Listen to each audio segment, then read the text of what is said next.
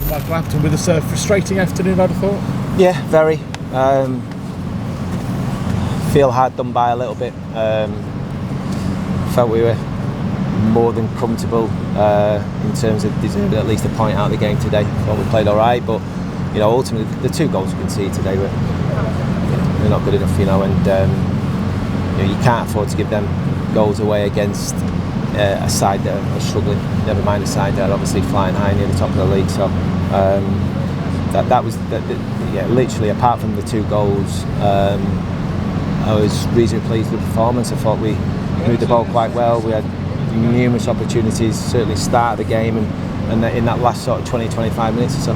Clean sheet's been a problem. I think it's 2 this season. Is that you've had a lot of central defenders out? Is that too easy to say it's because of that, or do you think that's part of the problem? It's a massive part of the problem. We still should have more than that, but obviously at this moment in time we've got 2 full-backs playing centre half for us because of obviously injuries, etc. Having said that, there's been injuries to obviously a lot of other players in different areas of the field that sometimes protect that middle of the goal. Exactly, yeah. So I suppose a hopper as well. Yeah, exactly. So from set plays, Hops is probably one of our best headers of the ball, and did a brilliant job for us last season. So we missed that, and like you said, when you haven't got someone like Brico in the team, it takes a lot away from you. Let's do the plus then. You sign a player and he scores 3 goals in 3 games. You're going to be happy with that? Yeah, delighted, and hopefully that'll continue because some of the other players have got to come to the party as well in terms of goals.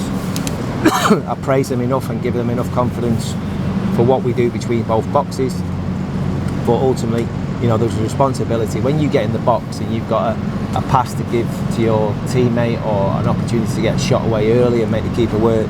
You have to make him work.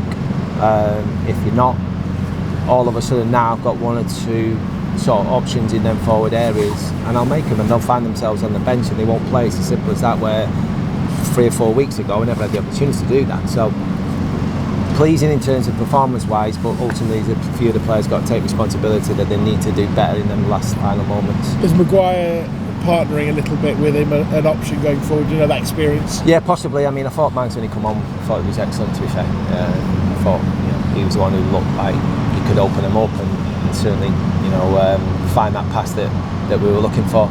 But there was some good performance. Luis Fiorini in the middle of the park was excellent today. Some of his receiving skills, taking on the back foot, sliding people in, was very good. The first of the goals conceded then, obviously, you think to catch your team out that the centre half went as far as he did with the run initially. I know he scored eventually, but that sort of run forward seemed to catch the team out. Yeah and no, that's what we wanted. We wanted the centre halves on the ball, so that's probably a little bit of frustration. We knew that would happen, we wanted that to happen. I think when the ball was initially won by Skulls and it come back into the middle of the park, we were a little bit high up the pitch with the front 3, so they could do better with that one. But then when the ball sort of come in, certainly with Corbinell on his right foot, look, at the end of the day I expect Josh to do better with both goals, and I'm sure when he looks back at him he'll probably think the same.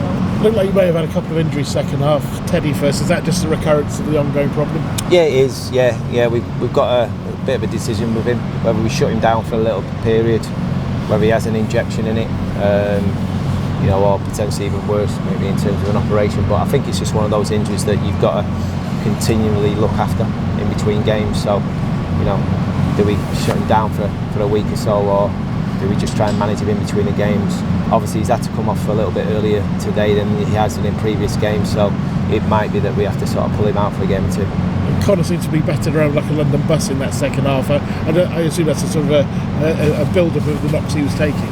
Yeah, definitely. It's one of them where obviously he took 3 or 4 heavy knocks throughout the game, and it was a good opportunity to give Max 15-20 minutes or so, and he come on and he was fine, and he's got a decent long range passing, and that's something that we're going to need certainly in our home games, because obviously our home games are going to be very similar to how it was in the last half an hour today, where the opposition are sitting in deep and saying, come on, break us down.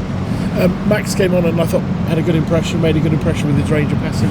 Yeah, I'd say anything 30-40 yards, he's got the ability to hurt teams, and as long as we've still got willing runners to run in behind, then he can have an influence on the game. So he'll get his opportunities between now and the end of the season, I'm sure that when he does get that opportunity, he'll take it.